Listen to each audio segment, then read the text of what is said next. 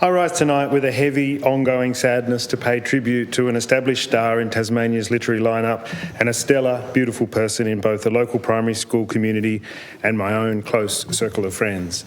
Karren Harrland is many things to many people, an author, teacher, mother, partner and dear friend to countless talented, down-to-earth and treasured people. Karren drowned in the Franklin River on November the 2nd, 5 days into the trip of a lifetime with her partner Al and a group of friends. The dignity of risk is the willingness and ability to undertake activities inherent with hazards, but supported by skills and planning. Karren and Al's trip down the Franklin was well prepared, and in the wake of the tragedy, police lauded the preparedness and experience of the group and the guides. Circumstance simply conspired for the river to take her, and rescue to be delayed, such that CPR could not sustain her until help arrived the next morning. Such is the cruelty of that circumstance. The bitter loss is only tempered minutely by the knowledge that Karren was doing something she loved, with people she loved, in a place so spectacularly wild and beautiful it was almost meant to be. But how could it? With a legacy larger than most double her age, and with so much more to give, the loss of Karren leaves a chasm in the lives of all who knew her. No more so than in Al and her children Asher, Clay and Xavier.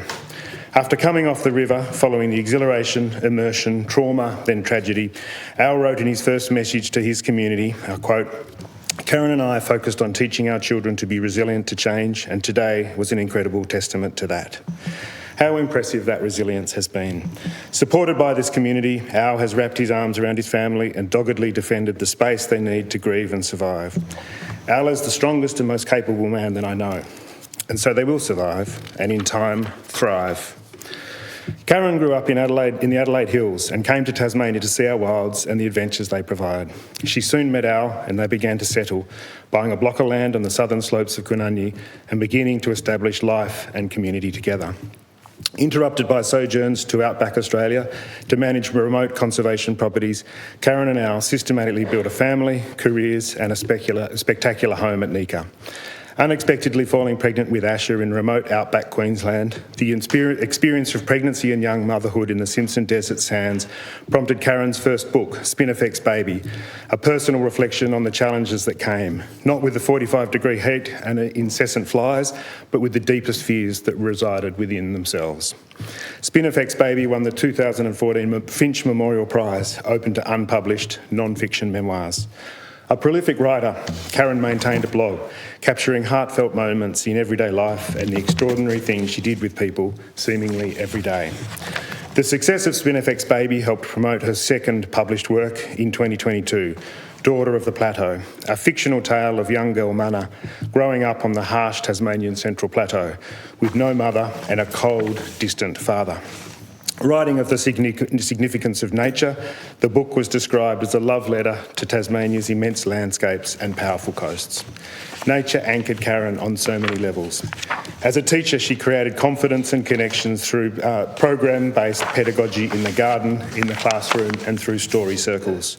Inspired by oral traditions used by Indigenous and other people the world over, bonding with her students and empowering them to embrace language and learning came easier in the outdoors, in a circle and with a generous offer to engage on their own terms. Former Margate Primary Principal Kate Slater summed up Karren's centrality and success, and I quote, "Karren was the golden thread that connected us, from her heart to others, to nature, and then to herself. She was our teacher, mentor, and coach."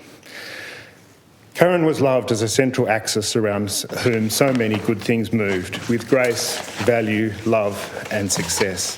So Karren was well celebrated. 3 weekends ago, hundreds gathered on the beach at her home in Conningham to honour and remember all that Karren meant and made. Based around themes including outdoors, nature, poetry, lanterns, music, colour and community, the celebration was a special and apt farewell for someone who touched and will forever sit within the hearts of so many. My love and strength is with Al and the kids for their journey to come. Vale Karren, thank you for the gifts that will keep giving and the presence and positivity you brought to this world.